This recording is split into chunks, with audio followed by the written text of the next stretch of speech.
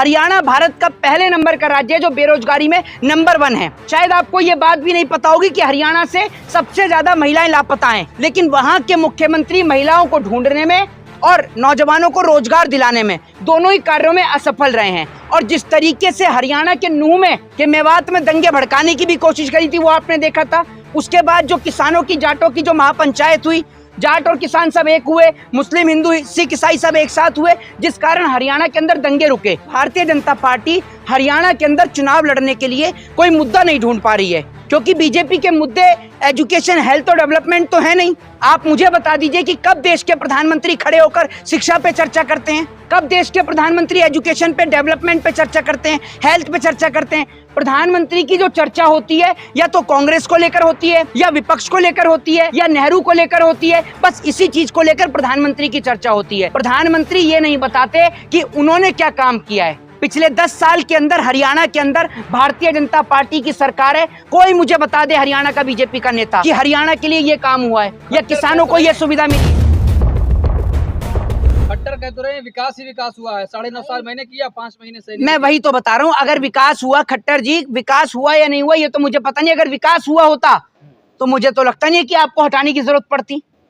अगर कोई आदमी विकास कर रहा है तो उसको हटाने की जरूरत तो पड़ती नहीं। तो ये बात तो बीजेपी को खुद भी नजर आई, तभी तो मनोहर लाल खट्टर को, माफ कीजिएगा, खट्टर को, मनोहर लाल खट्टर जी को हटाया गया वहां से और उनकी जगह सैनी साहब को लेकर आया गया। लेकिन मैं आपको बताता रहा हूँ, एक कहावत है कि चोर चोर मौसेरे भाई, वही मैं आपको बता रहा हूं। आप भले ही मुख्यमंत्री के कितने भी चेहरे हरियाणा में चेंज कर लीजिए, हरियाणा की स्थिति में कोई सुधार नहीं आ सकता। ये बात मैं आपको बता दूं। हरियाणा के किसान के ऊपर क्या क्या टिप्पणी की गई वो पूरे देश ने देखा। हरियाणा के नहीं, पूरे देश के किसानों पर मोदी लहर चल रहा है सर हरियाणा में। जी, मोदी लहर। आप एक बात मुझे बताइए, इसको अगर मोदी लहर कहते हैं तो ये मोदी लहर आपको सारे देश में देखने को मिलेगी। अभी गांव के अंदर जो है बीजेपी के नेताओं को घुसने नहीं दिया जा रहा।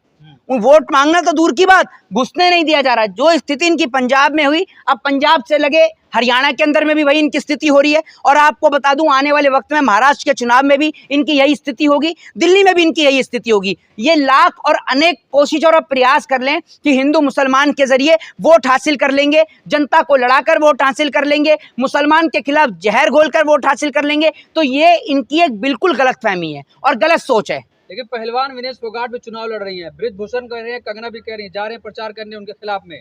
हाँ, तो एक बात मुझे बताइए ना बृजभूषण शरण सिंह कि अगर इतनी बात हरियाणा की जनता सुन रही है तो उत्तर प्रदेश छोड़ के अब की बार हरियाणा से चुनाव लड़ लेते, एक आध सीट से विधानसभा चुनाव क्यों नहीं लड़ लेते हरियाणा से। और कंगना रनावत की अगर इतने सुन रहे हरियाणा के लोग तो एक आध सीट विधानसभा की इनको ही देते, कंगना रनावत को। मैं कह रहा हूँ इन दोनों की जमानत जब्त हो जाती, इन दोनों की जमानत जब्त हो जाती। मंडी से भी जीती तो है जी, मंडी से भी जीती तो है। अगर ये बयान जो किसानों के लिए उन्होंने अब दिया है, अगर ये पहले दी दिया होता ना तो मैं आपको बता रहा हूँ वहीं मंडी से, वहीं मंडी की जनता ही इनको भगाने का काम करती। ये बता दूं, वो किसान जो लोगों को अनाज पैदा करके उनका पेट भरने का काम करता है, हमारे देश की सरकार उस किसान के लिए खालिस्तानी, पाकिस्तानी, आतंकवादी जैसे शब्दों का प्रयोग करती है। इस देश की सरकार का मैं ये समझ में नहीं आता कि देश के अंदर रहने वाले लोगों को ही पाकिस्तानी करार देती है। क्या सरकार बेवकूफ है? एक बात मुझे बताइए। लेकिन विनेश फोगाट भी तो कह रही है पंजे का निशान ये मुक्के का काम करेगा, थप्पड़ लगेगा इससे। भाई क्यों नहीं लगेगा? आप एक बात मुझे बताइए, आज पूरे देश के अंदर मैं आपको कहता हूं, आप आज चुनाव करा लीजिए और आप जो कहते हैं ना कि विश्व में मोदी का डंका बज रहा है, मोदी का डंका बज रहा है, मोदी खुद 1.5 लाख प्लस वोट से जीत के आए हैं। कुल 1.5 लाख वोट से नरेंद्र मोदी जीत कर आए हैं। तो काय बात का मोदी का विश्व में डंका बज रहा है? और एक बात आप मुझे बताइए, जो आप इन चीजों पर चर्चा करते हैं कि विदेश में जो हमारी छवि खराब हो रही है, जब हमारे देश की बेटी को निर्वस्त्र करके सड़कों पर घुमाया जाता है तो क्या भारत देश का नाम रोशन होता है? जब हमारे देश के किसान को खालिस्तानी, पाकिस्तानी और आतंकवादी के नाम से संबोधित किया जाता है तो क्या भारत देश का नाम रोशन होता है? क्या जब इस देश में एक बेटी के साथ बलात्कार होता है तो क्या देश का नाम रोशन होता है? क्या जब BHU के बलात्कारियों को छोड़ा जाता है, उनको जमानत दी जाती है, तो क्या देश का नाम रोशन होता है? बताइए ना आप मुझे कि जब हमारे देश के अंदर हमारे देश के नौजवान रोजगार के लिए सड़कों पर उतरते हैं और उनको लाठी और डंडे से मारा और पीटा जाता है तो देश का नाम रोशन होता है? बताइए आप मुझे। और जब देश के प्रधानमंत्री पटल पे खड़े होकर बोलते हैं बेटी बचाओ बेटी पटाओ तो देश का नाम रोशन होता है? बताइए ना मुझे आप। लेकिन भाजपा कह रही है विनेश फोगाट की जमानत जब्त होने जा रही है। तो एक काम करें कि जब भाजपा कह रही है कि विनेश फोगाट की जमानत जब्त होने जा रही है तो एक काम करें, जो बात ये कह रहा है उसको ही सामने लड़ा दीजिए, विधानसभा का चुनाव उनको ही लड़ा दीजिए ना। इस देश की जनता इतनी भी अनपढ़, जाहिल और गवार नहीं है कि आप जैसे लोगों को वोट दे दे।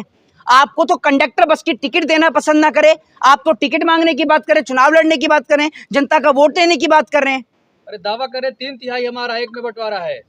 भाई मैं आपसे ये कह रहा हूं, हरियाणा के अंदर पिछले 10 साल से जिस तरीके से बेरोजगारी हरियाणा में बढ़ी है, मैं आपसे ये कह रहा हूं हरियाणा के अंदर भारतीय जनता पार्टी की जमानत जब्त होने वाली है। ये बात आप मुझसे लिख के ले लीजिए। कितनी सीटें आ रही है बताइए भाजपा की? मैं आपसे ये कहता हूँ, ये फैसला इस देश की जनता का है, मेरा और आपका नहीं है। लेकिन जैसे मैं हरियाणा होकर आया हूँ, मुश्किल से 5 से 10 सीटें या 15 सीट अगर बीजेपी ले आती है तो बहुत बड़ी अचीवमेंट समझिएगा। लेकिन सरकार बनाना बिल्कुल गलत है। बिल्कुल सरकार हरियाणा में किसी कीमत पर नहीं बन रही है। आपको एक बात बता दूं, अगर हरियाणा में सरकार बनेगी तो एक ही तरीके से बनेगी कि चुनाव जीतने के बाद जब सरकार आ जाएगी तो नेताओं की खरीद फरोख्त का धंधा, एमएलए की खरीद फरोख्त का धंधा रंगा बिल्ला प्रॉपर्टी डीलर वाले चलाएंगे और एक बार फिर विधायकों को खरीद के जिस तरीके से मध्य प्रदेश में रातों रात सरकार गिराई, हरियाणा में भी गिरा देंगे। जी रवि किशन कह रहे हैं शास्त्र के साथ शस्त्र भी उठा लेना चाहिए। हाँ, तो एक काम करे ना, रवि किशन खुद शस्त्र उठा ले और शस्त्र उठा के बॉर्डर पर खड़ा हो जाए। क्यों लोकसभा में बैठा हुआ है? हैं? ये जनता के बच्चों को जो है बरगलाने का काम करते हैं। अमित शाह का बेटा जैसा ये क्यों नहीं उठाता शस्त्र? शस्त्र उठाने के ठेके हम नहीं ले लिए हैं? ये उठाएं, शस्त्र उठा के बॉर्डर पर जाएं और ये बताएंगे रवि किशन कि हम शस्त्र उठाएं या अस्त्र उठाएं। हैं? खुद लोकसभा से वो दे दे त्याग पत्र और त्याग पत्र देकर पहुंच जाए बॉर्डर पर, उठा ले शस्त्र। कोई मना कर रहा है इसको शस्त्र उठाने से? उठाता क्यों नहीं है? उठा ले। सांसद है, तमाम लोग पसंद करते हैं। आपके पापा भी पसंद करते हैं या आपके परिवार वाले भी पसंद करते हैं? टिप्पणी कर रहे हैं आप, निजी लो, मैं तो पूछ रहा हूँ, आप ही कह रही हैं सांसद है पसंद करते हैं। आपकी लोकसभा से सांसद हैं। जनता पसंद करती है, हैं? जनता पसंद करती है। तो जनता पसंद करती है, किस बिहार पर पसंद करती है? कि एक अच्छे नेता इसलिए जनता पसंद करती है? ये नाचने गाने का काम करते हैं इसलिए जनता पसंद करती है? एक बात आप मुझे बताओ ना, बताओ आप मुझे, एक अगर प्रैक्टिकली बात बोलूं तो जनता पसंद तो सनी लियोन को भी करती है। तो ये थोड़ी कि उसको चुनाव लड़ा के चुनाव जिता देंगे। आप मुझे बताइए ना, फिर आप कहेंगे कि मैं ऐसे शब्दों का प्रयोग कर रहा हूं। मैं तो आपसे एक बात कर रहा हूं, एज ए एक्टर आप देखें तो लोग सलमान खान को भी पसंद करते हैं, शाहरुख खान को भी पसंद करते हैं, भाई बहुत सारे एक्टरों को पसंद करते हैं। तो उसका मतलब ये थोड़ी है कि सबको लोकसभा, राज्यसभा, विधानसभा भेज दो।